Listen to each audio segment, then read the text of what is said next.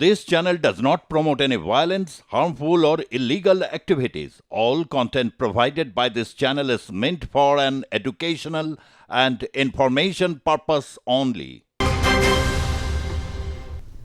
নমস্কার, আপনাদের সকলকে স্বাগত জানিয়ে শুরু করছি আজকের পর্বের জনমত। আমি সুজিত চট্টোপাধ্যায় রয়েছি আপনাদের সঙ্গে। 5ই আগস্টের পর আমি কিন্তু এই কথাটা বারবার করে জনমতে বলেছি। আপনারা যদি প্লেলিস্টে যান, ইউটিউবের প্লেলিস্টে গিয়ে জনমতে আপনারা ঢুকুন, দেখবেন এই কথাটাই বলেছি যে ওপার বাংলায় যে রাজনীতিটা, যে ভয়ঙ্কর পরিস্থিতিটা তৈরি হয়েছিল, সেই পরিস্থিতির প্রভাব এই রাজ্যেও পড়বে। 2026 সালে পশ্চিমবঙ্গে ভোট আছে, তার আগে বাংলাদেশে যে পরিস্থিতিটা তৈরি হলো এবং যে পরিস্থিতি তারা তৈরি করলেন, সেই পরিস্থিতির রেশ এই রাজ্যের রাজনীতিতে ইতিমধ্যেই পড়েছে, দেশের রাজনীতিতে পড়েছে এবং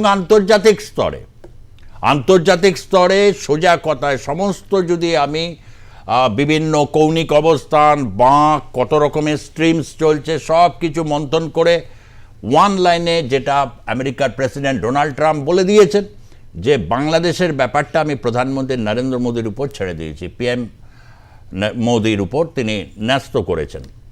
এবং তারপরে বাংলাদেশের রাজনীতির খেলা প্রবলভাবে ঘুরতে শুরু করেছে। এমন খেলা ঘুরছে যে তড়িঘড়ি ঐক্যমত কমিশন বৈঠক, বিএনপি জামাতের মধ্যে যাতে এই ব্যাপারে রিপ না হয়। কেউ কেউ বলছেন আগে একটু নির্বাচনটা হয়ে যাক, মানে সংসদ নির্বাচন আগে পরে হবে, মানে সংসদ নেই কিন্তু স্থানীয় নির্বাচন আগে হবে। তো এগুলো যখন একদিকে বাংলাদেশে চলছে, ঠিক সেই সময় বিধানসভার বাজেট অধিবেশন, পশ্চিমবঙ্গ বিধানসভার বাজেট অধিবেশনে আজ ধুন্ধুমার কাণ্ড। একেবারে সদনের ভেতরে স্পিকার বিমান বন্দ্যোপাধ্যায় উদ্দেশ্যে কাগজ ছিঁড়ে মানে মুলতবি প্রস্তাব চেয়েছিলেন। কি বিষয় মুলতবি প্রস্তাবের? বিষয়টি হচ্ছে এটাই যে বাংলায় সরস্বতী পুজো ঠিকমতো অনুষ্ঠিত হয়নি, পুলিশ দিয়ে অনেক জায়গায় সরস্বতী পুজো হতে হয়েছে এবং এটাকে ঘিরে একটা বিধানসভার ভেতরে তীব্র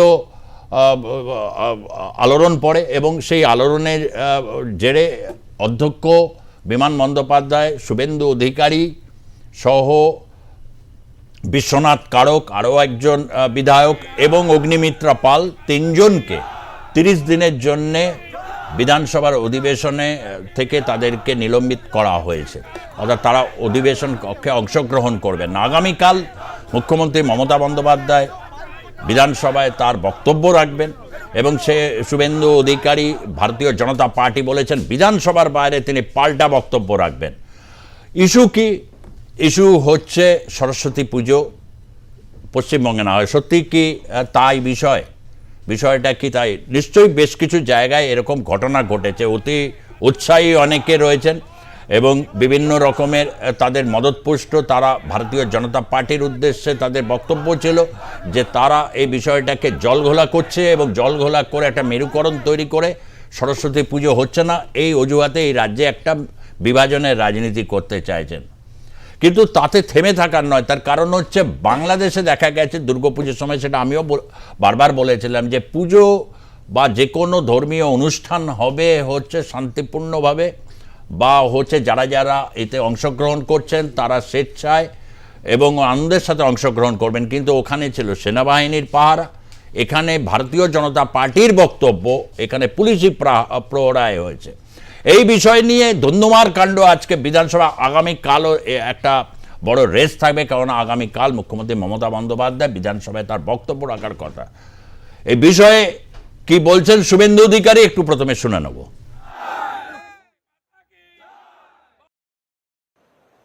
আমি গর্বিত, অগ্নিমিত্রা পাল গর্বিত, বিশ্বনাথ কারক গর্বিত, বঙ্কিম ঘোষ গর্বিত। তার কারণ আমরা হিন্দুদের ভোটে জিতে এমএলএ হয়েছি, আমরা মুসলমানের ভোটে জিতে এমএলএ হয়নি। আমরা বিজেপির এমএলএ এমপিরা হিন্দু এবং জনজাতিদের ভোটে জেতা এমএলএ। হিন্দুদের জন্য বলতে গিয়ে আমাকে 1 মাস বাইরে রেখেছে। সরস্বতী পুজো তার বাধা দানের বিরুদ্ধে বলতে গিয়ে আমাকে বাইরে রেখেছে। আমি গর্বিত, আমি হিন্দুর ছেলে, আমি সনাতনী, আমি হিন্দুস্তানে থাকি। আমাকে হিন্দুরা নন্দীগ্রামে জিতিয়ে মমতা ব্যানার্জিকে হারিয়েছে। আমি আজকে গর্বিত যে হিন্দুদের জন্য, মা সরস্বতীর জন্য, বাগদেবীর জন্য, শ্বেত শুভ্র দেবীর জন্য শ্রী পঞ্চমী পালনে শিক্ষা প্রতিষ্ঠানে সাবির আলী আল আমিন মন্ডলদের বাধা দানের জন্য আমাকে এবং আমার 3 সহকর্মীকে 1 মাস বিধানসভার বাইরে রেখেছে। আগের 8 মাসেও আমি ভাতা নিইনি। এই আগামী 1 মাস আমি ভাতা প্রত্যাখ্যান করব, যেহেতু বিধানসভা থেকে আমাকে অবৈধভাবে সাসপেন্ড করা হয়েছে হিন্দুদের জন্য বলার জন্য, বাগদেবীর জন্য বলার জন্য। এই সরকার মোল্লাদের সরকার, এই সরকার মুসলমানদের সরকার, এই সরকার আনসারুল বাংলার 7 সেকেদের সরকার, এই সরকার কাশ্মীরি জঙ্গি জাভেদ মুন্সির সরকার। এই সরকারের মুখ্যমন্ত্রী মুসলিম তোষণকারী, হিন্দু বিরোধী মুসলিম লীগ 2 এর সরকার। তাই এই সরকারের বিরুদ্ধে আমাদের আন্দোলন চলবে। গোটা বাংলার হিন্দুদের কাছে বিচার রেখে দিয়ে আমি আমার কথা শেষ করলাম। বুঝতেই পারছেন যে একেবারে এই সরকারকে লাগামহীন ভাবে যে আক্রমণ করতেন, আজকের আক্রমণের ভাষা নিঃসন্দেহে অত্যন্ত খুবই চড়া মেজাজের ছিল, এ ব্যাপারে কোনো সন্দেহ নেই। এবং আগামীকাল এ বিষয় নিয়ে নিঃসন্দেহে মুখ্যমন্ত্রী মমতা বন্দ্যোপাধ্যায়ের প্রতিক্রিয়া পাওয়া যাবে। এখনও পর্যন্ত বিষয় নিয়ে প্রতিক্রিয়া আসেনি, কিন্তু ইতিমধ্যেই রাজ্য রাজনীতিতে এই ঘটনা, এই বক্তব্য তোলপাড় ফেলেছে এবং অনেকেই এটা বলছেন, সরাসরিভাবে তিনি কিন্তু দেগে দিয়েছেন যে এই সরকার হচ্ছে মুসলমানদের তোষণকারী সরকার বলে তিনি দেগেছেন। অতীতেও এটাকে এই রাজনৈতিকভাবে মোকাবিলা করতে হয়েছে। এইটা তো হচ্ছে একটা বিষয় নিয়ে আমরা চর্চায় থাকব। অন্যদিকে বাংলাদেশ জুড়ে কিন্তু একটা বড় আলোচনা এবং এই বিষয়টাও ভারতীয় জনতা পার্টির কয়েকজন বিধায়ক কিন্তু বাইরে সাংবাদিকদের সাথে এমনি কথা বলার সময় তারা বলেছেন যে বাংলাদেশে ভোটটা যেন যদি যত দ্রুত না হবে তাহলে বাংলাদেশ এক প্রবল অচলাবস্থার মধ্যে গিয়ে যাবে। তার কারণ ডোনাল্ড ট্রাম্প সমস্ত দায়িত্ব এখন দিয়ে দিয়েছেন এবং সব জায়গায় যে এই ফান্ডিং যেভাবে কাট করা হচ্ছে তাতে বাংলাদেশে আগামী সময়ে তার অর্থনীতির অবস্থা খুব বেহাল হবে। এবং এই ব্যাপারে গতকালই ডক্টর ইউনূস তিনি বক্তব্য রেখেছেন, তার বক্তব্য এখন অন্য খাতে বইছে। তিনি কোথাও বাণিজ্যের ক্ষেত্রে 7 সিস্টার দখল করার কথা বলেছিলেন, যে 7 সিস্টার বাংলাদেশ অশান্ত হলে সেটাকে অশান্ত হয়ে যাবে, কলকাতা দখল হয়ে যাবে। কত বলার পর বজ্ঝারম্ভে লঘুক্রিয়া তিনি বলছেন যে বাণিজ্য রুটগুলো ওপেন হোক এবং তার সাথে কি বলেছেন শোনাবো আপনাদের। কিন্তু তার আগে এই বিষয়ে বিতর্কটা হোক যে বিধানসভাকে আগামী দিনে বা ভারতীয় জনতা পার্টি আগামী দিনে তীব্র মেরুকরণের রাস্তায় হেঁটে কি 2024-এর ভোটে তারা বাজিমাত করতে চাইছে, পরিষ্কার হিন্দুদের ভোট চাইছেন এবং এই ব্যাপারে তারা আগামী দিনে আন্দোলনে যাবেন। এই বিষয়ে রয়েছেন ভারতীয় জনতা পার্টির অন্যতম বিধায়ক, বিধানসভার অন্যতম ভারতীয় জনতা পার্টি ভোকাল বিধায়ক যাকে বলা হয়, এবং বাঁকুড়া থেকে নির্বাচিত বিধায়ক নীলাদ্রি শেখর দানা। আপনাকে স্বাগত জানাচ্ছি।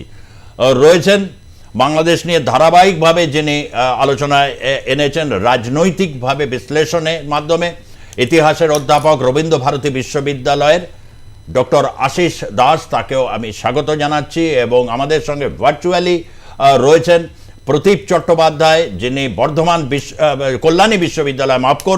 কল্যাণী বিশ্ববিদ্যালয়ের যিনি রাষ্ট্রবিজ্ঞানের অধ্যাপক ডক্টর প্রদীপ চট্টোপাধ্যায় ভার্চুয়ালি আমাদের সঙ্গে রয়েছেন। আমি নীলাদ্রিবাবুর কাছ থেকে জানতে চাই, নীলাদ্রিবাবু যদি প্রশ্নটা এইভাবে রাখি, আপনি নিশ্চয়ই এতে ক্ষুণ্ণ হবেন না। এ রাজ্যে কিন্তু সংখ্যাগরিষ্ঠ অঞ্চলে প্রায় 99 জায়গাতেই পার্সেন্টেজ অঞ্চলেই সরস্বতী পুজো নির্বিঘ্নেই হয়েছে। আপনিও ছোটোবেলায় সরস্বতী পুজো করেছেন, আমরাও তাই বহু জায়গায়। হ্যাঁ, এটা ঠিক কথা, বিভিন্ন জায়গায় কয়েক বছর ধরে এরকম নানা রকম স্টেটমেন্ট নানা রকম করে এই বিষয়টাকে গুলিয়ে দেওয়া হয়েছে। কিন্তু বাংলাদেশে যে পরিস্থিতির মধ্যে দিয়ে হিন্দুদের যেতে হচ্ছে, এ রাজ্যে তো সেই পরিস্থিতি নয়। কিন্তু যখন আপনারা এই বিষয়টাকে নিয়ে আসছেন, স্বাভাবিকভাবে একটি নির্দিষ্ট সম্প্রদায়কে আপনার টার্গেট করছেন। বা বাংলা হচ্ছে, এতে এত পরিস্থিতি তো নিঃসন্দেহে ঘোরালো হতে পারে। আপনার যে ভাষাতে সেখান থেকে আমি শুরু করি, যেখান থেকে আপনি বলেছেন যে এখানে 98-99% 1%ই হবে কেন?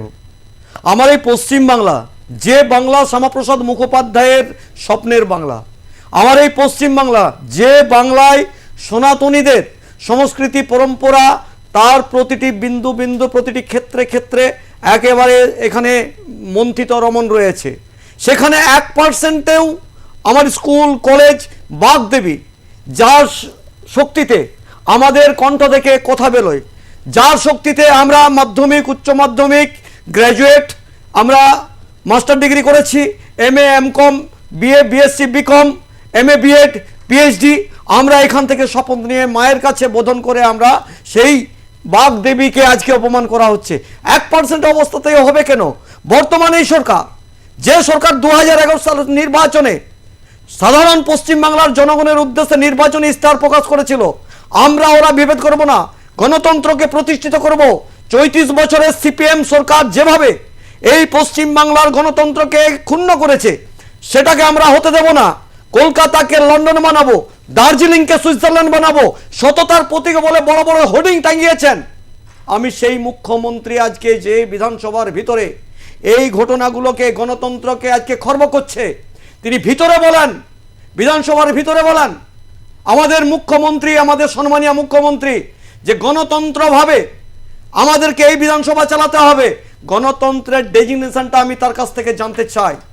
আমরা বিরোধী দল, আমাদের সরকারের বিরোধিতা করার দায়িত্ব এবং কর্তব্য, তার কারণ এই পশ্চিম বাংলার 2,42,00,000 মানুষ আমাদেরকে নির্বাচিত করেছে, 77টা বিধায়ক আমাদেরকে উপহার দিয়েছে, আর সেই 77টা বিধায়কের মধ্যে 99% ভোট দিয়েছে একেবারে সনাতনীরা। সেই সনাতনীদের ভোট নিয়ে আজকে আমি বিধায়ক হয়েছি, অতএব তাদের জন্য আমার লড়াই থাকবে। কোনো কথা নেই, একদম খাল্লাম খুললাম, এটা প্রকাশ্যেই বলছি আমি অন মিডিয়ার সামনে দিয়েই, যেই 99%, 98%, 97% যে হিন্দুরা আমাদেরকে ভোট দিয়ে আজকে জিতে নিয়ে এসেছে, তাদের জন্য আমাদেরকে চিৎকার করতেই হবে। এবং এই রাজ্যে বলুন, এই দেশে বলুন, আমার দেশের প্রধানমন্ত্রী সম্মানীয় নরেন্দ্র দামোদর দাস মোদী, 1 মিনিট আমাকে বলতে দিন, নরেন্দ্র দামোদর দাস মোদী তিনি প্রকাশ্যেই বলেছেন, সবকা সাথ, সবকা বিকাশ, সবকা বিশ্বাস, সবকা প্রয়াস। আজকে মুখ্যমন্ত্রী তিনি প্যারালাল একটা লবি ভেঙে দিয়ে এই যে 37% বা 35% ভোট ব্যাংকটাকে একদম কুক্ষিগত করতে চাইছেন, ডিভাইডেশন আনতে চাইছেন। আর এই ডিভাইডেশনের মূলে এই পশ্চিমবাংলার মুখ্যমন্ত্রী 2011 থেকে দেখিয়ে দিয়ে যাচ্ছে। এই যে 35, 37, কেউ বলছেন 40, বিভিন্ন সময় সেন্সাস রিপোর্টটা বেরোলে তো এগুলো তো দুধ কা দুধ পারে না। এইটাই 2011 সেন্সাস অনুযায়ী আপনি দেখুন, 2011 সার্ভে যেটা হয়েছে, ভারতবর্ষে 140 কোটি মানুষ, কিন্তু এখন কি বুঝতে পারা যাচ্ছে যে কি 140 কোটি আছে? পশ্চিম বাংলায় আমি উদাহরণস্বরূপ বলতে পারি 10 কোটি, যেটা আমরা সার্ভেতে দেখেছি। 11 কোটি ছিল 11 কোটি ওই 2011 অনুযায়ী। কিন্তু আজকে আপনি সার্ভে করুন, আজকে সার্ভে করুন, সরকার করবে, এত বেশি জলে জঙ্গলে মৃত্তিকাতে আজকে ভূমিষ্ঠ হয়ে গেছে একটা সম্প্রদায়, এই 11 কোটিকে ছাড়িয়ে গেছে একদম। আমি অন্তত বলবো আপনাদের এই মিডিয়ার সামনে সমস্ত সনাতনীদের উদ্দেশ্যে জোরহাত করে বলবো, এবং ভারতবর্ষের যে সংবিধান রয়েছে এই সংবিধানটাকে চেঞ্জ করার দরকার আছে। হিন্দুদেরও 3-4টা করে বিবি হোক, একদম আকছারে তাদের সন্তান হোক, নইলে এই ভারতবর্ষের সনাতনী থাকবে না। এটা আমি মিডিয়ার সামনে বলছি। কিন্তু আমি অনুরোধ করবো আমাদের ভারতবর্ষের প্রধানমন্ত্রীকে যে আপনি এই রুল নিয়ে আসুন, এটাকে আপনারা এই সংসদ ভবনের ভিতরে অ্যামেন্ডমেন্ট করুন, যে একটার বেশি দুটো নয়, দুটোর বেশি তিনটে নয়, এইটাকে বন্ধ করতে হবে। এই সনাতনীদেরকে তাদেরও সন্তান সন্ততি একাধিক হোক। আমি একটু আশিস বাবুর কাছ থেকে, যাদের মানে বুঝতেই পাচ্ছেন যে 2026 নির্বাচন আছে, এটা তো শিডিউল টাইম আছে, বাংলাদেশেও হয়তো ডিসেম্বর জুন কোথাও একটা কিছু হবে, কি হবে জানি না।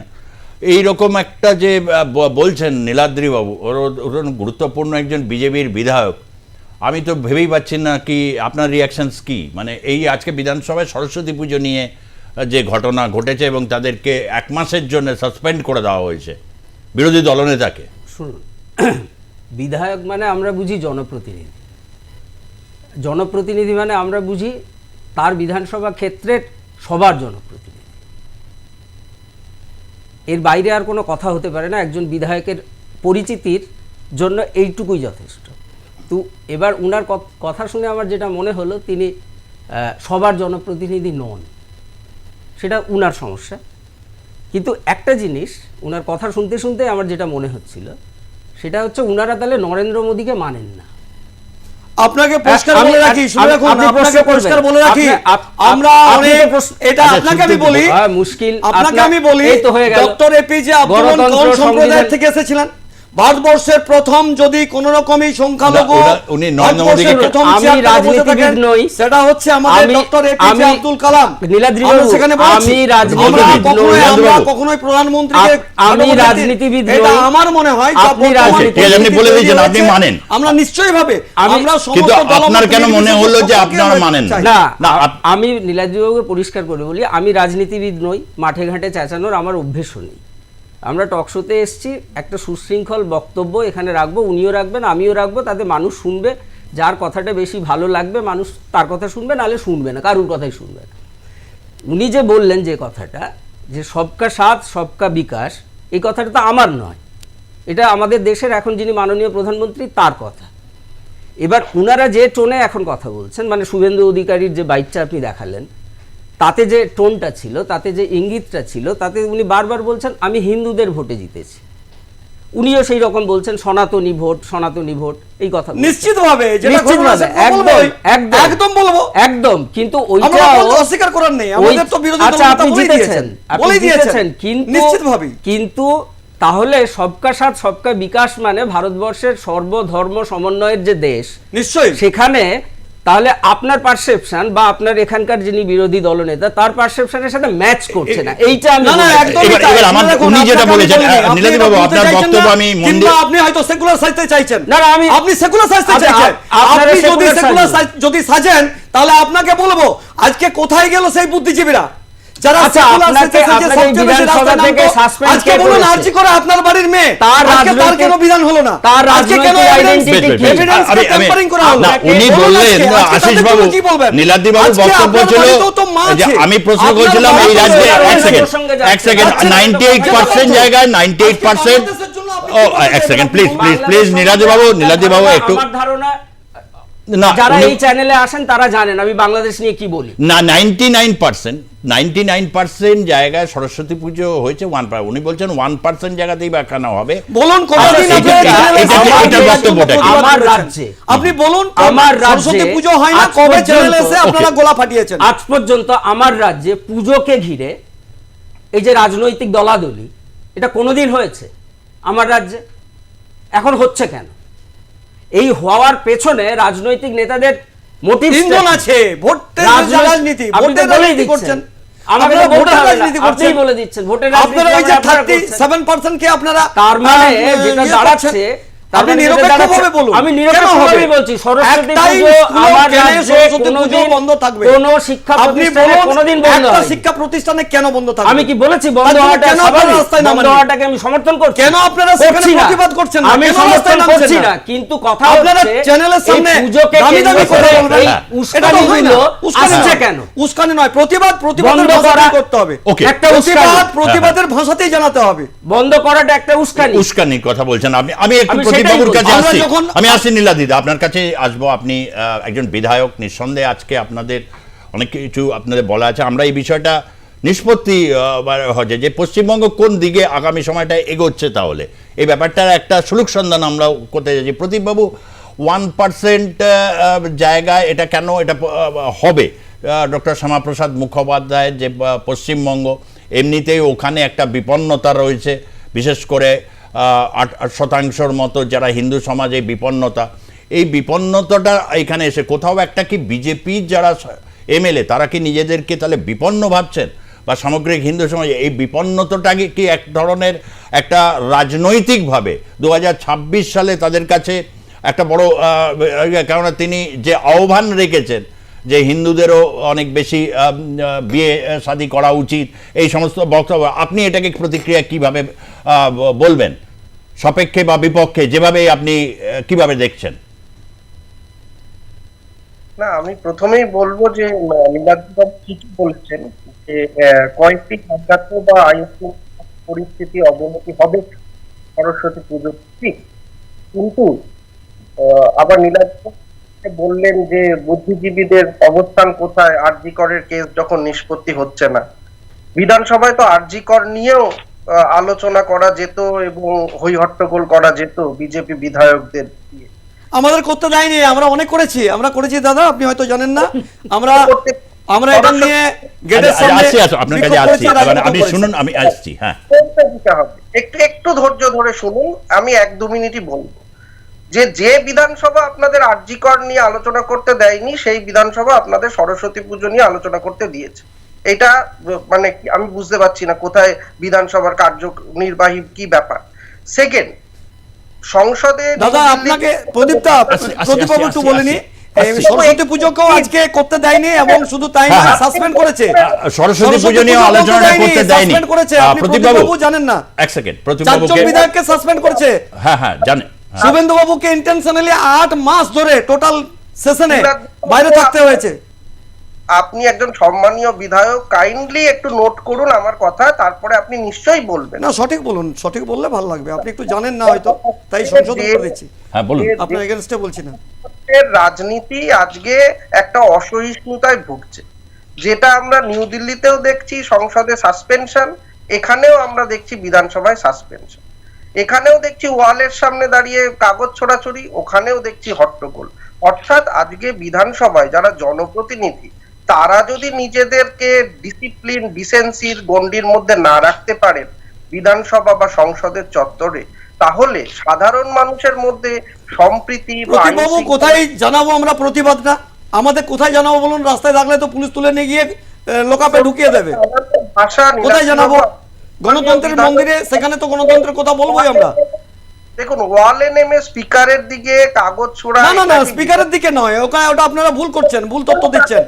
আমি নিজে ছিলাম ভিতরে, ওইভাবে হয়। আচ্ছা, আপনারটা বলবেন, আমরা ডিটেইলে ভেতরের ছবিটা যেহেতু আমরা তুলতে পারি না, আপনার কাছ থেকে জেনে নেব। প্রদীপবাবু বলুন, আমি বুঝতে পারছি আপনার একটু মানে একটু বলতে দিন। হ্যাঁ, এস্টাবলিশ করুন আপনার বক্তব্যটা। হ্যাঁ বলুন। মানে এই বিষয়টা উনি বলতে চাইছেন যে আমাদের বিধানসভায় এই ইস্যুগুলো, যে ইস্যুগুলোকে মনে হচ্ছে রাজ্য সরকারের কাছে বা এই ইস্যুগুলো অত্যন্ত মানে তাদের কাছে স্পর্শকাতর, সেগুলো ওনারা বলতে, কিন্তু ওনারা তুলতে চাইছেন। সংঘাতটা এই জায়গায়। এখন এই সংঘাতের নিষ্পত্তিটা তাহলে কিভাবে হবে? না, সংঘাতের নিষ্পত্তি, আমি তো এটাই বলছি যে সংঘাতের নিষ্পত্তি আজকে পুরো ভারতবর্ষ জুড়েই সহিষ্ণুতার অভাব, সেটা দিল্লিতে হোক পশ্চিমবঙ্গ।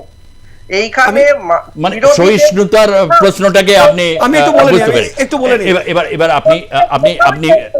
আপনি বলুন যে ভেতরে প্রথমেই বলতে দেওয়া হচ্ছে না। আজকে আমাদের প্রদীপবাবু ঠিক জানেন না, উনি তো এখানে আমাদের ইলেকট্রনিক্স মিডিয়া, সেখানে তো ঢুকতে দেওয়া হয় না বা ক্যামেরা বন্দি করা হয় না। আপনাকে একটু বলি, আপনি ঠিক কথাই বলছেন। তো সেখানে আমাদের আজকে কি ছিল যে 1%, 2%, 3%, 5% যাই হোক, স্কুলে কেন সরস্বতী পুজো করতে দেওয়া হবে না? আমাদের লিডার অফ অপোজিশন, তার কি বিষয় ছিল? তিনি স্পিকারের দৃষ্টি আকর্ষণ করতে চাইছিলেন। বলছিলেন কে সেখানে ডিসকাশনে কে ছিলেন? অগ্নিমিত্রা পল। আমাদের অগ্নিমিত্রা দি, আমাদের মধ্যে আমাদের যিনি বিধায়িকা, তিনি এটাকে স্পিকারের দৃষ্টিতে আনতে চাইছিলেন তার ডিসকাশনের মধ্যে দিয়ে। কেন এটা হবে না? কেন এটা হবে? এটা তো গণতন্ত্র। আজকে মুখ্যমন্ত্রী স্বয়ং তিনি বলেন, সম্মানীয় মুখ্যমন্ত্রী, যে এইখানে গণতন্ত্র, গণতান্ত্রিকভাবে আমাদের কথাবার্তা বলতে হবে। তো গণতান্ত্রিক কোন জায়গাতে বলা হয়? আজকে এই মন্দির হচ্ছে গণতন্ত্র প্রতিষ্ঠিতের মন্দির, যেখানে বিভিন্ন আইন অ্যামেন্ডমেন্ট করা হয়। ভুল থাকলে আমাকে বলতে দিন, দাদা একটু বলতে দিন। তো সেখানে ভুল থাকলে সেখানটাতে অ্যামেন্ডমেন্ট করতে হয়। আজকে প্রদীপবাবু যদি জানতেন যে এখানে ক্যামেরা বন্দি হয়ে সেগুলোকে বাইরে যদি ফোকাস হতো, তাহলে এটা বুঝতে পারতো। আগামীকাল দেখে রাখুন, আমি আজকে কথা বলছি, অন ক্যামেরায় বলছি, আগামীকাল সম্মানীয় মুখ্যমন্ত্রী তিনি তার বক্তব্য ওখানে উদ্ধৃত করবেন। যেহেতু এখানে লিডার অফ অপোজিশন, তাকে সাসপেন্ড আজকে যদি না করা যায়, কালকে ওনাকে আটকানো হবে, বিভিন্ন কথার মধ্যে দিয়ে তাকে আটকানো হবে। আর স্পিকারের দিকে ছোড়া কথা বলছেন, তিনি হচ্ছেন আমাদের ছাতা, তিনি হচ্ছেন আমাদের মাথার উপরে, তিনি সর্বশ্রেষ্ঠ চেয়ারে তিনি আছেন, তার দৃষ্টি আকর্ষণ করে আমরা কথা বলবো। কাদের সাথে কথা বলবো? ওখানে যদি আমাকে কথা বলতে হয়, আপনি যেমন হট সিটে বসে আছেন, আপনার দিকে তাকিয়ে আমাদেরকে কথা বলতে হবে। আপনার ক্যামেরাম্যানের দিকে আমি তাকিয়ে কথা বলবো না নিশ্চিত, কেননা আপনি এখানে হচ্ছেন আমাদের মাথার উপরে রয়েছেন। আপনি যেভাবে চালাবেন আমাদেরকে সেভাবে চলতে হবে। স্পিকার হচ্ছে সেরকমভাবেই আমাদের ছাতা। তাই সেখানে দৃষ্টি আকর্ষণ করার জন্য যদি আপনারা বলেন সেদিকে কাগজ ছুঁড়ে মারছে, এটা নয়। 2006-এর মতো আপনারা ভেবে নেবেন না। আমাদের হাসিম আব্দুল হালিম, তিনি বাংলার মধ্যে একদম শ্রেষ্ঠতম স্পিকার ছিলেন। তার চোখের সামনে কিভাবে ভাঙচুর হয়েছে। লিডার অফ অপোজিশন ছিলেন আমাদের কংগ্রেসের একজন নেতা মুর্শিদাবাদের, তাকে কি হ্যারাসমেন্টে, তিনিও কিভাবে হ্যারাসমেন্ট করেছেন, তাকেও এখানে সাসপেন্ড হতে হয়েছে। কি না, মুখটাকে বন্ধ করে দাও, প্রতিবাদের ভাষাটাকে বন্ধ করে দাও। তাই আগামীকাল যাতে লিডার অফ অপোজিশন বিধানসভার মধ্যে কোনো রকম কোনো প্রতিবাদ করতে না পারে, সেই জায়গাটাকে পরিষ্কার করতে হবে। আজকে আমার সবচেয়ে আশ্চর্যের বিষয় যেটাতে হলেন আমাদের বিশ্বনাথ কারক, আমাদের বিধায়কজি, তিনি কোশ্চেন অ্যান্সারের থেকেই তার আর্জেন্ট কাজে তাকে বাড়িতে চলে যেতে হয়েছে। তিনি ছিলেন না ডিসকাশনের সময়, আমি প্রতিবাবু বলছি, ডিসকাশনের সময় ছিলেন না, তাকে কেন সাসপেন্ড হতে হলো? তার উপর আপনি কি প্রতিবাবু বলতে পারবেন? একটু বলতে দিন, না হলে তো ডিবেটটা। হ্যাঁ বলুন, এক এক, হ্যাঁ বলুন প্রদীপবাবু বলুন। গণতন্ত্রের কথা বলছেন আপনি, আমাদের বলতে দিচ্ছেন না। বলুন বলুন আপনি- বলুন বলুন। এখানে তো আলোচনা সভা, মনোলাপ তো নয়। আমার প্রশ্ন হচ্ছে যে যখন নিউ দিল্লিতে সংসদে সাসপেনশন হয় তখন আপনি বিরোধিতা করেন না কেন? যে গণতন্ত্রের মন্দিরে প্রশ্ন তোলা, আলোচনা করা হচ্ছে না কেন? না, নিশ্চয়ই হয়। সেখানে আপনি হয়তো জানেন না বা আপনি দেখেন না, কেননা ওখানে পার্লামেন্টের ক্যামেরা থাকে। পার্লামেন্টের যা কিছু ডিসকাশন হয় সারা ভারতবর্ষ নয়, সারা বিশ্বের মানুষ দেখে। তাহলে তো ভালো, বিধানসভাতেও ক্যামেরা থাকা উচিত। এটা বিধানসভার মধ্যে যদি ক্যামেরা থাকতো এলে তাহলে খারাপ কিছু বুঝতে নয়। পারতেন। যেটা লোকসভায় বা ইয়েতে এক সময় যখন সিপিআইএম এর সোমনাথ বাবু যখন স্পিকার ছিলেন, সেই সময় এটা রাজ্যসভা টিভি, লোকসভা টিভি, বিধানসভাতেও এরকম এলে নিশ্চয়ই এইটা ব্যাপারটা মানুষের, আপনি যেটা বলছেন এটা একটা হতে পারে। আপনারাও দাবি করতে পারেন এটা, একদম একদম, আমরা আপনারাও দাবি করতে পারেন। আমার একটা এবার একটু অন্য, একটু ওই বিষয়ের সাথে রিলেটেড এই বিষয়টা একটু ঢুকতে হয়। আমি একটু আশিস বাবুর কাছে জানতে চাই, ধরুন একটা ধর্মনিরপেক্ষতা যখন আমাদের দেশের সংবিধান রয়েছে, সেই সংবিধান ছুঁয়ে যখন নীলাদ্রিদা শপথ নিচ্ছেন, সেখানে একটা বিষয় রয়েছে, ধর্মনিরপেক্ষতার ব্যাখ্যাটার মধ্যে নানা রকম তো রয়েছে। এখানে যেটা বলছেন যে 1%-এর স্কুলেই বা কেন হবে না, এমনিতে হতে পারে। আমরা জানি ইসলামিক রীতি বা অনুযায়ী মূর্তি পূজা বা এগুলো হচ্ছে তাদের মানে রয়েছে। যদি পশ্চিমবঙ্গের এই জায়গায় বিভিন্ন স্কুলে হয়, সেটা তো প্রশাসনিকভাবে ওটাকে মেটানো উচিত, নাকি এই ক্ষেত্রে যারা বুদ্ধিজীবী বা যাদেরকে মানুষ বৌদ্ধিক সমাজের আপনারা অধ্যাপনা করেন, সেই সমাজের মানুষ হিসাবে এগুলো নিষ্পত্তিটা কীভাবে? আমি নিষ্পত্তিটা চাইছি যে একটা ধর্মনিরপেক্ষ দেশে যেমন সব ধর্মের মানুষ পালন করবে। সরস্বতী পুজো স্কুলে হয়, বহু স্কুলে রয়েছে, বিভিন্ন ধর্মের ছাত্রছাত্রীরা পড়ে, সেই সব অনেক স্কুলেও হয়, কিন্তু কিছু কিছু জায়গায় এই জিনিসটা হচ্ছে। তখন একটা বক্তব্য দরকার, সেটা প্রশাসনিক লেভেলে। প্রশাসন অবশ্য অনেক জায়গায় মানে হস্তক্ষেপ করেছে, পুলিশ দিয়ে পুজো হয়েছে, যেটা একটা আপত্তিকর। এখন এই প্রশ্নটা নিয়ে বিধানসভা আছে ঘটনা আমরা জানি, তাহলে এটা তো একটা জায়গায় আসতে হবে, না হলে তো এটা একটা বড় রকমের রাজনীতির একটা অবকাশ থেকেই আছে। শুনুন সুজিদা, আমি একদম আপনাদের গোড়ায় যে কথাটা বলেছিলাম যে আমার রাজ্যে সরস্বতী পুজো থেকে শুরু করে যা দেবদেবীর পুজো যারা মানেন, শিক্ষা প্রতিষ্ঠানে সরস্বতী পুজো বা ক্লাব স্তরে যে ধরনের পুজো আগেও হতো, কিন্তু এই ধরনের একটা পুজোকে কেন্দ্র করে বা উৎসবকে কেন্দ্র করে এই ধরনের একটা বিভাজনের, চূড়ান্ত বিভাজনের, রামনবমী উৎসব আগেও হতো, কিন্তু এখন যেভাবে রামনবমী উৎসবটাকে রাস্তার মধ্যে নিয়ে আসা হয়, তার মধ্যেই কিন্তু একটা উত্তেজনা ঢুকিয়ে দেওয়ার একটা প্রবণতা থাকে। আমরা এই প্রবণতাটার বিরুদ্ধে। রামনবমী উৎসব করতে কাউকে বারণ করা হচ্ছে না। কেন আপনারা রাস্তায় নামছেন না?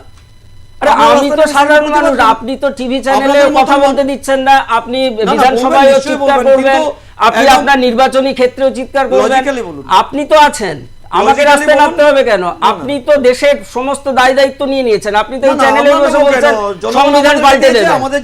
সংবিধান আপনি সেদিন পাল্টাবেন যতদিন সংবিধানের শপথ নিয়েছেন, সংবিধানের যে আদর্শিক ভাবনা আছে সেটাকে রক্ষা করুন। সংবিধান পাল্টে ফেলে তারপরে আপনার সেই সংবিধানের এটা তো আদর্শিক আদর্শের ভাবনাকে মধ্যেই পড়ে। আপনি রক্ষা করবেন। আদর্শের মধ্যে ফলে পড়ে, নিজের আপনি- ধর্মকে রক্ষা করার দায়িত্ব হচ্ছে সেই আদর্শের মধ্যে। হ্যাঁ, আপনি আপনার ধর্মকে রক্ষা করুন, আমি আমার ধর্মকে রক্ষা করব। নিশ্চয়ই করবেন। ফলে অন্যের ধর্মের মধ্যে ঢুকে পড়াটা নিশ্চয়ই করবেন। কোনোভাবেই উচিত না। কিন্তু আমার যেটা প্রশ্ন সুজিত দা, সেটা হচ্ছে এই যে ধরুন ওনারা হিন্দু হিন্দু করে চাচাচ্ছেন, তো মানে উনিও বলেছেন, উনিও সনাতনী সনাতনী বলছেন। আজকে সাসপেন্ড কে করেছে? সে কোন ধর্মীয় সম্প্রদায়ের মানুষ? সেটা আপনাকে বুঝতে হবে। তিনি কি কোনো মুসলিম ধর্ম সম্প্রদায়ের মানুষ, খ্রিস্টান সম্প্রদায়ের মানুষ, না জৈন সম্প্রদায়ের মানুষ? তিনি কোনখান থেকে তিনি কে? নির্বাচিত হয়ে এসেছেন হ্যাঁ। সেটাকে দেখুন, দুই, সেইখানটাতে দেখুন। দুই, ওখানে আপনি দেখুন। আমাকে বলুন, এত কোন ধর্ম দল থেকে করছেন, নির্বাচিত হয়ে এত এসেছেন? উনি যে বলছেন না, সেটা আপনি সরস্বতী দেখুন। আমাদেরকে কণ্ঠ দেয়, না, সরস্বতী এই কথাটা সেটা- আপনি এবার একটু- সুজিত কোন দাও না, দল থেকে তিনি আমি নির্বাচিত বলছি জনপ্রতিনিধি হয়ে speaker সরস্বতী হয়েছেন, সেটাকে একটু সরস্বতী লক্ষ্য কণ্ঠ করুন। দেয়, সরস্বতী বলা আমি তার- দেয়, সব মানছি। আজকে মানুষটাকে কুম্ভ অসম্মান করবো না, উনারা সেটাকে চিৎকার আমি করুন, বলতে চাই। কুম্ভ মেলার এই বিশৃঙ্খলায় এত মানুষকে মরতে হলো কেন? উনারা চিৎকার করুন। কেন ইতিপূর্বে হয়নি? দিল্লি স্টেশন না আমার পশ্চিমবাংলায় হয়নি। হয়েছে বলে সেটা সামান্য কি যেখানে অনন্তকাল 10,000 চলবে? মানুষ জমায়েত সেখানে হয়নি। তাহলে আপনারা তাহলে এখানে 20 কোটি তাহলে নতুন মানুষের করে জমায়েত কি হয়েছে। করলেন আপনি? কুম্ভ মেলা 20 কোটি তাহলে আপনি মানুষ। নতুন করে আপনি কি করলেন? যান, আপনাকে আপনি অনুরোধ করবো। দিল্লি স্টেশনে কুম্ভতে গিয়ে আজকে দেখে এতগুলো আসুন। মানুষকে তার পদপিষ্ট হয়ে structure মরতে কিভাবে গেল তৈরি কেন? করেছে, আমি আপনি একটা- বিধানসভায় ওকে। শিক্ষা নিয়ে আপনাকে আলোচনা মানতে করুন, আপনি বিধানসভায় স্বাস্থ্য নিয়ে আলোচনা নিশ্চিতভাবে করুন, হয়। সবটাই আপনি হচ্ছে। বিধানসভায় বেকারত্ব নিয়ে আলোচনা করুন। সবটাই আমার হচ্ছে রাজ্যের আলোচনা। প্রচুর সমস্যা সবকিছুই আছে। আলোচনা আছে। আপনি আপনি মানুষের কি করে বলছেন যে হয়নি? আপনারা কিচ্ছু করেন না। এসএসসি টেট নিয়ে কোন আলোচনা হয় না? আপনারা আপনি টেট দেখেন নিয়ে না আলোচনা তাহলে। করেন। আপনি রাজ্যে বাস আপনারা- করেন না। আপনি মিডিয়াতে আপনারা চোখ রাখেন এই না। তো কাগজে দেখলাম আপনি সুপারিশপত্র টেট পাঠিয়েছিলেন। নিয়ে চাকরিজীবীদের এক গাদা নিয়ে সুপারিশপত্র আর্জিকর পাঠানো থেকে হয়েছে। শুরু করে আপনাদের স্বাস্থ্য থেকে লোকেদের শুরু নাম করে উঠেছে। আপনি দেখেন না। আপনি আপনারা তাহলে এগুলো তো দেখায় না, আপনি দেখেন কোথা না। থেকে? আপনারা দেখেন না। আরে কোথা থেকে কলকাতার দেখবো? রাজপথে উত্তাল এটা হয়েছে। live telecast আমরা হয় না। আন্দোলন করেছি। ওকে। আমরা দিনের পর দিন আমি- ঘন্টার আমি- পর আমি ঘন্টা একটু আন্দোলন অন্যদিকে করেছি। ছড়িয়ে যাচ্ছে। না, দিন নিশ্চিত রাত না। আমি আমরা একটু সেখানে কনসাইজ বলছে। করে অন্যদিকে ছড়িয়ে যাচ্ছে। নীলাদ্রিদা, আপনি বলতে চাইলেন স্পিকার সম্পর্কে কোন কেন্দ্র থেকে এটা ঘটনা, বিভিন্ন জায়গায় বিভিন্ন কেন্দ্র থেকে তুষ্টিকরণের রাজনীতি, এই শব্দটা ভারতীয় জনতা পার্টি এই রাজ্যের রাজনীতিতে করছে, তার সরাসরি নিশানায় তৃণমূল কংগ্রেস। তুষ্টিকরণের রাজনীতি এখন এই কথাটা তো নতুন নয়, কিন্তু তারপরেও তো আমরা বিভিন্ন নির্বাচন দেখলাম। কিন্তু 26-এ আজকে যে টোনে আমরা দেখলাম শুভেন্দু অধিকারী বক্তব্য রাখছেন বা নীলাদ্রিবাবুরা যেটা বলছেন, সেটা থেকে বোঝাই যাচ্ছে যে এটা একটা তীব্রতা পাবে। এইটা কতটা মানে বিরোধী, মানে তৃণমূল হোক বা অন্যান্য যেসব শক্তিগুলোর কাছে এটা কতটা মনে হয় যে এটা বিপজ্জনক হতে পারে? শুধু 2026-এর নির্বাচনকে মাথায় রেখে এরা নিজেদের মধ্যে একটা যে মানে ছায়া লড়াই দীর্ঘকাল ধরে 98 সাল থেকে চলছে, জন্মদাতা তো এরাই, এই তৃণমূল দলটার। সেই সময় থেকে তো লালন পালন, তাকে বড় করা থেকে শুরু করে, জল দেওয়া থেকে শুরু করে, সার দেওয়া থেকে শুরু করে সব কিছু করেছে। এখন ছায়া লড়াই চলছে, এবং এই ছায়া লড়াইটা চলবে ততদিন যতদিন না উনারা মনে করবেন আপের অবস্থা করতে পারবে। কারণ ওখানেও কিন্তু এটা একটা ওইরকম একটা আমি তৈরি করা- প্রদীপ বাবু, এই যে তুষ্টিকরণের রাজনীতি যেটাকে ভারতীয় জনতা পার্টি 2026-এ হিন্দুদের, এবং পরিষ্কার শুভেন্দুবাবু অনেকবারই বলেছেন যে 70%তেই তারা পরীক্ষা দিচ্ছেন, অর্থাৎ 70%-এর ক্ষেত্রেই তাদের হচ্ছে পরীক্ষা, 30%কে মানে এক্সক্লুশনস করেছেন, তারা ভোটটা দেন না। এটা একটা অনর অবস্থান তৈরি হয়েছে। কিন্তু এই যে পদ্ধতি, তাতে কি 30%-এর কোনোভাবে মানে কি বিজেপি, আপনার কি মনে হচ্ছে এই সমস্ত পরিস্থিতি বা স্টেটমেন্ট দেখে বিজেপি কি আগামী দিনে মুসলিম সম্প্রদায় ভোট পাওয়ার আশা একেবারেই ত্যাগ করেছে? বিজেপি কি সনাতনী হিন্দুদের সমস্ত ভোটটাও পাবে? এটা তো একটা বড় প্রশ্ন। যারা সনাতনী হিন্দু, আমি আমার বাড়িতে তো পুজো আচ্চা হয়, তো আজকে যদি আমি শুনি নীলাদ্রি বাবুরা বলছেন যে একেবারে আমি শুধু হিন্দুদের আর কারো নয়, এটা হলে আমার শিক্ষা দীক্ষা এটা আমাকে প্রশ্ন করবে না যে নীলাদ্রি বাবুকে আমি ভোট দেবো কিনা আরেকবার? না না না না, এটা আপনার ভুল তথ্য হচ্ছে। আমাদের এইভাবে নয়, এইভাবে নয় প্রতিবাবু, এইভাবে আপনি বিশ্লেষণ করবেন না। হিন্দু এইভাবে নয়। তাহলে তারা ছাত্র হিসাবে আমি তাকে গণ্য করব না? তাকে আমি ছাত্র হিসাবে গণ্য করব না? হিন্দু না না, তাহলে? এইভাবে নয়, আপনি বিশ্লেষণটাকে অন্যভাবে দেখতে চাইছেন। যেখানে আজকে আসছি উনি ভার্চুয়াল, হ্যাঁ আপনাদের না, রাজনৈতিকভাবে এই যে কথাটা উনি বলছেন প্রদীপ বাবু, এটা আপনার প্রদীপ বাবু, এই যে কথাটা বাংলাদেশ, আমি শুরু থেকেই বলছি যে বিপন্নতা, ইওর পার্টি প্রদীপ বাবু, আপনাকে আমি একটু সংশোধন করে প্লিজ দিই। আমাকে একটু এগোতে দিন। বিপন্নতা, হিন্দু সমাজের বিপন্নতা এটাকে বোঝেন, বিশেষ করে পশ্চিমবঙ্গের রিজিয়নটায় আজকে বাংলাদেশের থেকে আমাদেরকে পার্সপেক্টিভ শিক্ষা দিতে অনুযায়ী হচ্ছে। এটা তো বিজেপিকে এক মানে কি আপনি কি করবেন, বিপন্ন যদি হয় তাকে মানে কি আপনি কি বলবেন যে একটা নিচক বাংলাদেশে বিভিন্ন নেতারা যেমন একটা গোটা স্টেটমেন্ট দিয়ে দেন ইসলামোফোবিয়াতে ভুগছে, মানে এটা বলার মধ্যে তাদের একটা আত্মসুখ তারা অনেকেই অনুভব করেন, কিন্তু বিপন্নতাটাকে কিভাবে করেন আপনি যেটা বলছেন জাস্টিফাই যে ধর্মনিরপেক্ষতার আদর্শে বড় হওয়া সেই মানুষের যে ক্রাইসিসটা, আপনার ক্রাইসিসটা বোঝা যাচ্ছে, কিন্তু বিপন্নতাটা বিজেপি, এই বিপন্নতার বিষয়টাকে যদি রাজনৈতিকভাবে আপনি একটু ব্যাখ্যা দেন। হিন্দুরা বিপন্ন, এটা হঠাৎ করে ওনাদের ন্যারেটিভটাই কি ঠিক ন্যারেটিভ? হিন্দুরা বিপন্ন এটা এটা কবে থেকে ঠিক হচ্ছে? কারা বলছে? ওই মহাকুম্ভে যারা গেছেন তারা কি বলছেন যে হিন্দুরা বিপন্ন? তারা তো বেশ হিন্দুদের জাগরণ গীত গাইছেন। এখানে যখন গঙ্গাসাগর হচ্ছে হিন্দুরা জাগরণ গীত গাইছে, তা হিন্দুরা বিপন্ন কোথার থেকে? আর্থিকভাবে পিছিয়ে পড়েছে, সামাজিকভাবে পিছিয়ে পড়েছে। হিন্দুরা বিপন্ন পশ্চিমবঙ্গে বা ভারতবর্ষে এই ন্যারেটিভটা কেন বিল্ড হচ্ছে? অনেক মুসলিম সম্প্রদায়ের মানুষ আছে প্রধানমন্ত্রীকে ভালোবাসেন, নরেন্দ্র মোদীকে, নীলাদ্রি বাবুকে ভালোবাসেন। প্রতীপ বাবু, আপনাকে আমি Okay, বলি হ্যাঁ, এবার বলুন আজকে আপনি। বাংলাদেশের দিকে চোখ একটু রাখুন। যখন কিন্তু বাংলাদেশে ওরা তো 1972 আপনার সালে ভোটার নয়। আমি একটু বলি বাংলাদেশে পাশের রাষ্ট্র তো, হিন্দুরা তো আপনার ভোটার নয়। পাশের রাষ্ট্র, ভোটার নয়। আমরা ভোট নিয়ে রাজনীতি করি না। আমরা এটাকেই ভয় পাচ্ছি যে 1972 সালে বাংলাদেশের কমিউনিটি ছিল, হিন্দু কমিউনিটি ছিল, সংখ্যালঘু ছিল, তো কমিউনিটি ছিল সেখানে 27%, বর্তমানে এসে দাঁড়িয়েছে সেখানে 7 থেকে 8%। আর এই 7-8% হয়ে যাওয়ার জন্য আজকে সেখানকার হিন্দুদের অবস্থা দেখুন। দেখেছেন কিভাবে ব্রিজের উপরে আজকের এই আন্দোলনের পরিপ্রেক্ষিতে এক সম্প্রদায়ের মানুষ যারা উগ্রপন্থী উগ্রতা নিয়ে হিন্দুদেরকে কতল করে তাদেরকে পাগলোকে দড়ি দিয়ে ব্রিজের মাথায় ঝুলি দিয়েছে।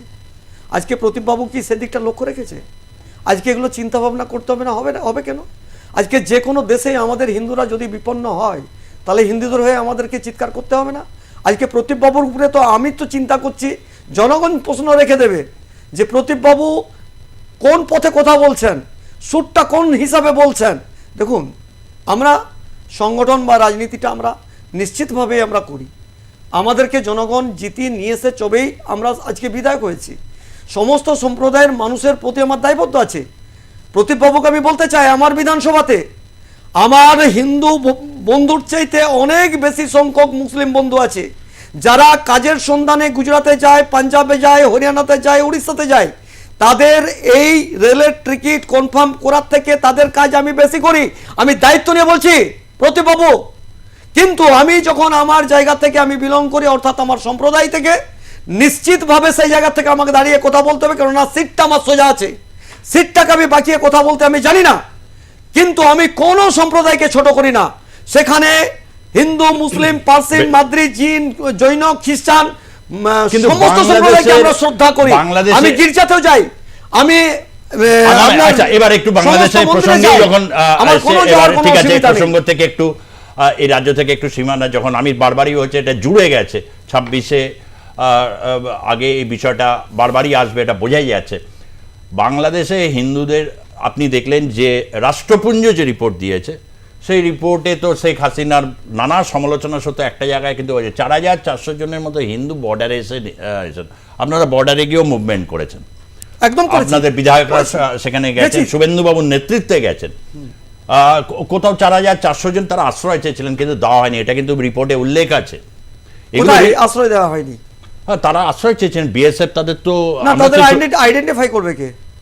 তা তো হিন্দু সনাতনী। না, হিন্দু সনাতনী বললেই হয় না। হিন্দু সনাতনী বললেই হয় না, তাদের আইডেন্টিফাই করতে হবে। এখন দেখুন কোন ছদ্মবেশে কে কোনভাবে ঘুরে বেড়াচ্ছে আমার এই বাংলাতে। আজকে বাংলাতে তাহলে দিনের পর দিন এরকম বিস্ফোরণ হতো না।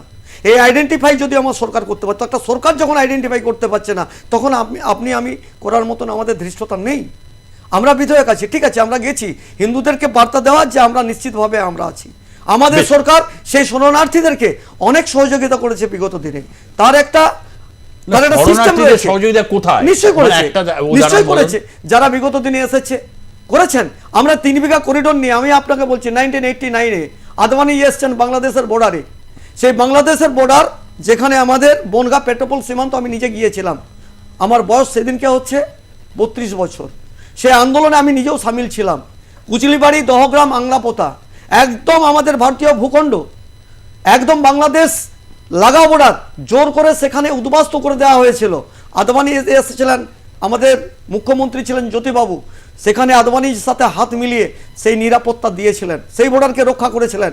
কুচিলিবাড়ি, দহগ্রাম, আংলাপোতা, যেটাকে আমরা 3 বিঘা করিডোর বলেছি, সেই 3 বিঘা করিডোরকেও আমরা আন্দোলন করেছি। ভারতীয় জনতা পার্টি তাদেরকে আশ্রয় দিয়েছেন, তাদেরকে এই দেশের মাতৃকাতে তাদেরকে আশ্রয় দিয়েছেন সেই বিতর্কিত স্থানটাকে। কিন্তু আমাদের এই- এরকম এই- ঘুরি ঘুরি আমাদের প্রমাণ আছে, কিন্তু ঘুরি ঘুরি আছে। এবারে, যেমন চাকুলিয়া সম্প্রদায় কাশ্মীরের যারা পণ্ডিত, এই চাকুলিয়া হ্যাঁ। বাংলাদেশের যেটাকে বলা হয় চাকুলিয়া এলাকায়, তার সেইখান থেকে ছাগুলিয়া আমরা সম্প্রদায় বলেছি, সেই ছাগুলিয়া Okay. সম্প্রদায়কে হ্যাঁ। আজকে শেল্টার দিয়েছে এই ভারতীয় জনতা পার্টি তাদের বেশ, আন্দোলন। প্রদীপবাবু কিছু বলতে চাইছেন?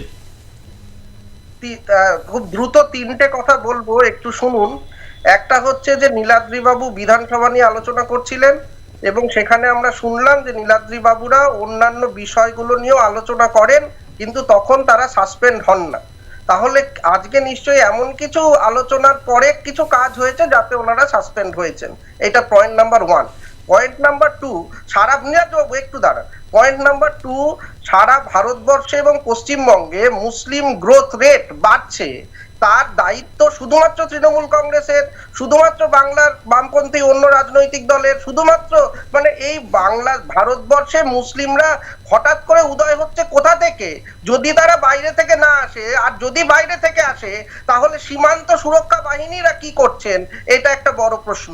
3 নম্বর কথা, নীলাদ্রি বাবু যে কথাটা বললেন সাম্প্রদায়িক সম্প্রীতির কথা, সেটাই আমি বলতে চাইছিলাম যে নীলাদ্রি বাবু প্রাথমিক যে আজকে সাজানো বক্তব্য, সেটাই কোথাও হয়তো আমাদের সংবিধানের যে প্রস্তাবনা, যেটাকে বেসিক স্ট্রাকচার বলা হয় এবং সুপ্রিম কোর্ট বলেছে বেসিক স্ট্রাকচার বদল করা যাবে না, সেটা থেকে আঘাত আসছিল ওনার প্রাথমিক বক্তব্যে, যেটা আমার খুব ভালো লেগেছে। এবং আমি জানি যে উনি সর্বধর্ম সমন্বয়েরই পক্ষে, কিন্তু রাজনৈতিক বাধ্যবাধকতায় যে কথাগুলো উনি প্রারম্ভিক ভাষণে বললেন, সেটা হয়তো কোথাও তৃণমূল বিরোধী যে ভোট, সেই Okay. ভোট ওনার কাছে যায়। আমি আসার আগে এই রাজনৈতিক বাধ্যবাধকতা, বাংলাদেশে মনে হয় এই ধরনের রাজনৈতিক বাধ্যবাধকতার আর কোনো দরকার নেই। ডক্টর ইউনূস বা সবাই খুলেআম যেভাবে কথাগুলো বলেছেন, মানে বিভিন্ন ক্ষেত্রে তিনি কি বললেন, খুব আত্মপ্রসাদ অনুভব করে, কেন আমি তো সবার সাথে কথা বলেছি, রামকৃষ্ণ মিশন এদের সাথে পুজোতে ব্যবস্থা করে দিয়েছি, আর্মি, মানে এই যে দয়ার মাধ্যমে বেঁচে থাকা বা একটা গণতান্ত্রিক পরিবেশ, এই নিষ্পত্তি মনে হয় আগামী সময়েও হয়তো হবে না এই উপমহাদেশে। মানে ভারতবর্ষে যদি সেকুলার, মানে যেটা ভারতীয় জনতা পার্টির উদ্দেশ্যে যেটা, ওখানে তো সে দায় দায়িত্বগুলোর কিছু নেই। এটাই মনে হয় সবচেয়ে বড় দুর্ভাগ্য হিন্দু সমাজ, মানে এই মুহূর্তে যারা সংখ্যালঘু ধর্মীয় বা পাহাড়ি যারা রয়েছে ওখানে, নয় কি? না, সেটা হচ্ছে সুজিতদা, বাংলাদেশের পরিস্থিতিটাকে আর ভারতবর্ষের পরিস্থিতিটাকে আমরা যদি মানে একদম পাশাপাশি রেখে এক করে দেখি, ঠিক হবে না। কারণ আমার ভারতবর্ষে কোনোদিন কোনো সামরিক অভ্যুত্থান হয়নি, এটা আমাকে মাথায় রাখতে হবে। বাংলাদেশে কিন্তু বারবার সামরিক অভ্যুত্থান হয়েছে 71-এ জন্মের পর। ফলে বাংলাদেশের গণতান্ত্রিক প্রবণতা, দেশের গণতান্ত্রিক ভাবনা আমাদের দেশের থেকে অনেক দুর্বল। আমাদের দেশে গণতান্ত্রিক ভাবনা অত্যন্ত শক্তিশালী, এটা প্রথম কথা। দ্বিতীয় কথা, আমি মানে সময় পাবো কিনা জানি না, নীলাদ্রিবাবুকে আমি ওই প্রদীপবাবুর মতন একটু ধন্যবাদ জানিয়ে রাখছি। সেটা হচ্ছে উনি শুরুর ভাষ্য থেকে শেষে আমাদের সহাবস্থানের ফলে, আমাদের সাথে থাকার ফলে উনি পরে যে স্টেটমেন্টটা পাল্টালেন, হ্যাঁ, তার জন্য ওনার ধন্যবাদ প্রাপ্য। না, না, এটা এটাই আমার ধন্যবাদের দেশের, কিছু নেই। এটা ধন্যবাদের কিছু নেই। আমার দেশের একজন, আপনারা যেভাবে আমার বিশ্লেষণ করে আসছেন, একজন, আমার মনে হয় যে কোনো একটা জায়গাতে আপনারা, আমি বলি প্রতিবার, আপনারা আমি আপনার প্রশংসা মানে করছি, আমি আপনার প্রশংসা সাত দিয়ে করছি। মাছ সেটা ঢাকতে হচ্ছে চাইছেন, সেটা আমার কিন্তু দেশের হবে না, সেটা সুচিন্তক হয় না, জনপ্রতিনিধির সেটা হয় না। যেমন দুধ দুধ, পানি ভাবনা কা পানি, হওয়া এটাকে উচিত। করতে হবে। উনি এই শেষের দিকে যে কথাগুলো শেষ বললেন, প্রথম বলে নয়। এটা যে বেরিয়ে এলো, এটা ভালো লাগছে। না, না, ভালো লাগার কিছু না। সময় বড় কম। আমি একটা বলি, আমি শুধু দেবো একটা কথা বলি। একটা ভালো গুরুত্বপূর্ণ পয়েন্ট কিছু আসতে পারছি না। আমি যে শুনতে বলি। বললাম ডক্টর ইউনূস, আশিস আপনি বাবুর বলছেন সাথে আপনারও আমার ভালো কোনো ঝগড়া নেই, প্রদীপবাবুর সাথে নেই, একটা কথা বলি। না, বলি, একটা কথা বলি। ডক্টর ইউনূস বলছেন না, চোখে চোখ রেখে কথা বলবো ভারতের সাথে, এখন মনে হয় চোখটা নামিয়ে নিচ্ছেন। না, না, না, এই কথাটা বলতে উনি অ্যাগ্রেসিভলি এই বলেছিলেন। কথাটা বলতে যাচ্ছি আপনাকে। সুজিত দা, আজকে ইউনূস সাহেব দেখুন, এটাকে বলে সময় হচ্ছে বড় বলবান আশিস বাবু। সময়টাকে ধৈর্যকে মানে যদি কেউ চিন্তা করে না, তার কিন্তু স্ট্যান্ড পয়েন্টটা ঠিক ফিরে আসে। আজকে ইউনিসেফ তো অনেক লাফাঝাপা দেখেছিলেন না ওখানে ওই আমি কোনোদিন ইউনুসকে support করিনি, বলি চিন্তা আশিস নেই বাবু, আপনার। আশিস আমি বাবু কোনোদিন শুনুন, ইউনুসকে support করিনি। ওইখানে দেখুন বেতের হেলিকপ্টার নিয়ে আসছিল, 400-500 ই-রিক্সা নিয়ে ভারতকে দখল করতে আসছিল। আজকেরটা শুনুন, শুনুন আজকে ভালো হ্যাঁ, লাইভ আছে। আজকে আপনি একটু বলুন না বিশ্লেষণ একটু করুন। শুনিনি, আজকে একটু হ্যাঁ, বিশ্লেষণ সময় বড় করুন। অল্প, আমি বলবো যদি একটু প্রতিবাবু শুনুন, প্রতিবাবুরও শুনুন। একটু শুনে নি বাইকটা। দুই মহাশক্তি, এখন আর দুই মহাশক্তির কথা বলি একই সঙ্গে, 4 মহাশক্তি। আমাদের কি অপূর্ব সুযোগ, আমাদের সামনে বিস্তীর্ণ মহাসাগর, আমাদের উপকূল ভূমি, সাগরের সঙ্গে আমাদের লাগোয়া উপকূল, এই একটা মস্ত বড় সুযোগ। পৃথিবীর দরজা আমাদের সামনে খোলা, আমরা দিন ব্যবহার করতে জানিনি। এখন যে মুহূর্তে এটার ব্যবহার শুরু করব, আমাদের অর্থনীতিকে লোহার দড়ি দিয়ে বেঁধে রাখলে ওর বেঁধে রাখতে পারবে না।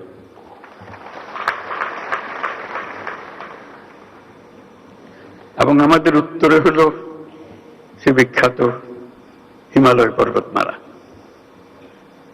যেখানে জমে আছে আমাদের যাবতীয় শক্তি, হাইড্রো পাওয়ার। কত শক্তি দরকার বাংলাদেশের, এখানে সব জমা আছে, হারিয়ে যাচ্ছে না, শুধু নেবার অপেক্ষায়। শুধু প্রতিবেশী দেশের সঙ্গে একটা সম্পর্ক করা, যাতে করে আমরা এই 40 মাইল বা যে দূরত্বটুকু দুই দেশের মধ্যে আছে, নেপাল আর বাংলাদেশের মধ্যে, ওটুকু অতিক্রম করা। আর দেখছো না, ওরা এক পায়ে খাড়া, নেপাল বারে বারে বলছে আমাদেরকে নিয়ে যাও, আমরা এক পায়ে খাড়া নেবার জন্য। মাঝখানে ওইটুকু পথ অতিক্রম করার সুযোগ আমাদের এখন দেওয়া হচ্ছে না।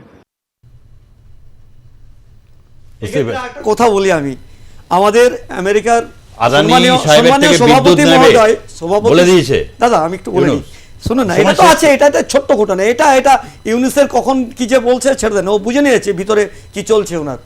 আমাদের আমেরিকার সভাপতি মহোদয়, সম্মানীয় সভাপতি বেশ। মহোদয় ডোনাল্ড ট্রাম্প একটা কথা বলেছেন মোদিজিকে, তাদের যে আমাদের সংবাদ সংস্থা রয়েছে বিভিন্ন রকম, তো সময় শেষ একদম। বলছিল তো একটা কথা, ছোট্ট কথা, তিনি বলেছেন যে খুব ভালো লেগেছে, হৃদয়কে স্পর্শ করেছে, যে সারা বিশ্বের যে ক্ষমতাশালী দেশ, তার যে নায়ক, তিনি বলেছেন তার ক্ষমতাটা বুঝতে পেরেছেন ভারতবর্ষের নায়কের, যে এই বাংলাদেশকে যা কিছু লক্ষ্য করবেন সম্মানীয় মোদিজি মহোদয়। Okay. এটা কিন্তু আমার মানে সমস্ত বিশ্বের কাছে আমি এটা এটা নিয়ে আর বর্তায়। বিস্তারিত একটা চর্চা লাইন বলবো, ভবিষ্যৎ। শুধু ট্রাম্পের কথা বললেন বলেই বলছি, নাহলে বলতাম না।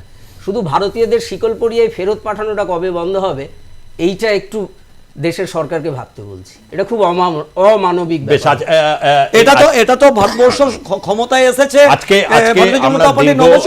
স্বাভাবিকভাবে সময়ের একটা সীমাবদ্ধতা থাকে, সেই সীমাবদ্ধতা ডক্টর ইউনুস যেটা বলতে চাইলেন, নিশ্চয়ই এটা হবে এটা, এবং এটা নিয়ে অনেকে আলোচনা শুরু করেছেন। বাংলাদেশের মিডিয়া যথারীতি চুপ, তার কারণ হচ্ছে নিশ্চয়ই প্রেস সচিব বা বাকিরা ওই সমন্বয়করা গিয়ে বলে যায় এসব নিয়ে বেশি এডিটোরিয়াল লেখা যাবে না, পারলে হয়তো এডিটোরিয়াল কপিটা কী হবে, লাইনটা ওনারাই পাঠিয়ে দিচ্ছেন ওনাদের সুদৃশ্য অফিস থেকে, যেটা আর কি ঢাকাতে অবস্থিত।